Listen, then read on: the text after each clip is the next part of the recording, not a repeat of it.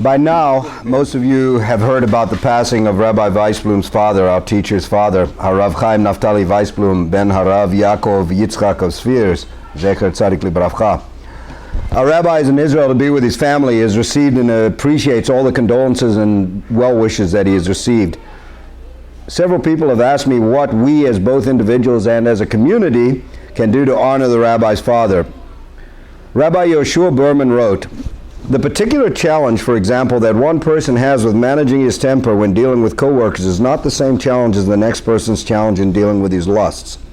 Not only that, but it is not even the same challenge as the next person's challenge in managing his temper with his coworkers. Every individual situation, although it may share many similarities with other situations that other people face, is ultimately just that, unique and individual. Likewise, each word of Torah that each individual processes through his particular unique way of thinking and understanding, with his specific angle and way of expressing the idea, brings forth a unique ray of the Torah's light that otherwise would not have been manifest. In addition, each individual's tefillah and bracha is unique because of his unique way of thinking and feeling,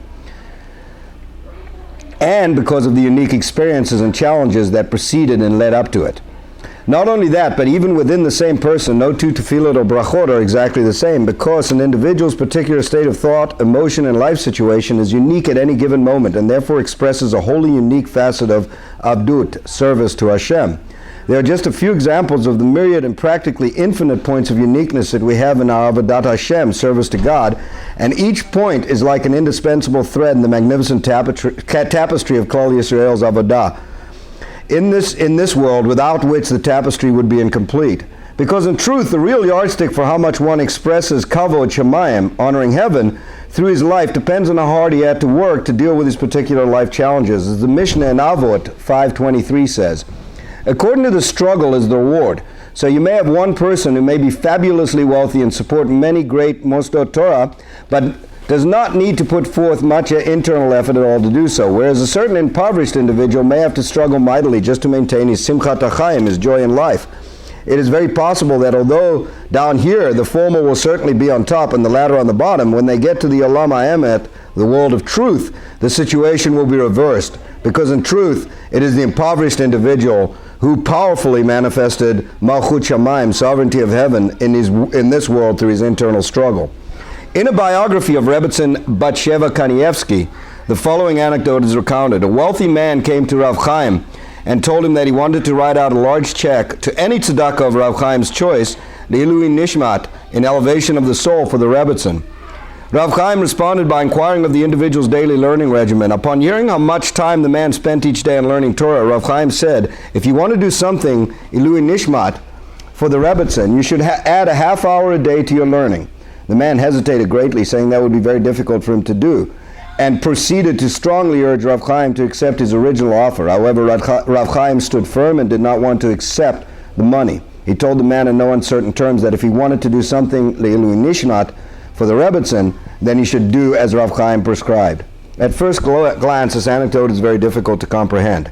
If Rav Chaim would have accepted the man's offer, countless hours of limud Torah on the highest level could have been accrued to the Rebbetzин's credit. The philanthropist's own learning, on the other hand, would have been limited both in quantity and even much more so in quality. Why then would Rav Chaim insist that the man adding a half hour a day to his learning schedule was the thing to do, לעילוי נשמת, for the Rebbetzin? It would seem that the resolution is based on the above. For this man to have written out such a check would have been practically effortless. Therefore, the zchut, the merit that it would have generated for the Rebbetzin, would have been relatively minimal. On the other hand, for this man to have added a half hour a day to his own learning would have required great effort on his part, hence his very strong hesitation, and therefore would have generated a very great zchut indeed for the Rebbetzin.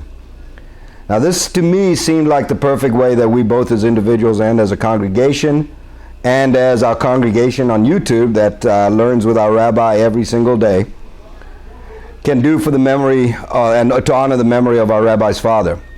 Due to each of our individual experiences, Hashem has granted us each a truly unique perspective or insight into His Torah. Each one of us has insight that is so unique to each of us. Even the greatest sages and Gaonim did not have the same perspective that each of us do. Therefore, each of our learning carries just as much importance and merit as that of even the greatest Torah scholars like our rabbi and his father.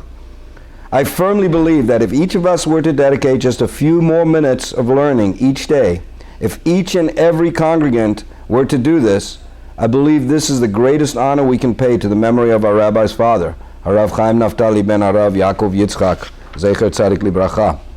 While I would not dare to speak for our Rabbi, I feel certain he would appreciate this more than anything else.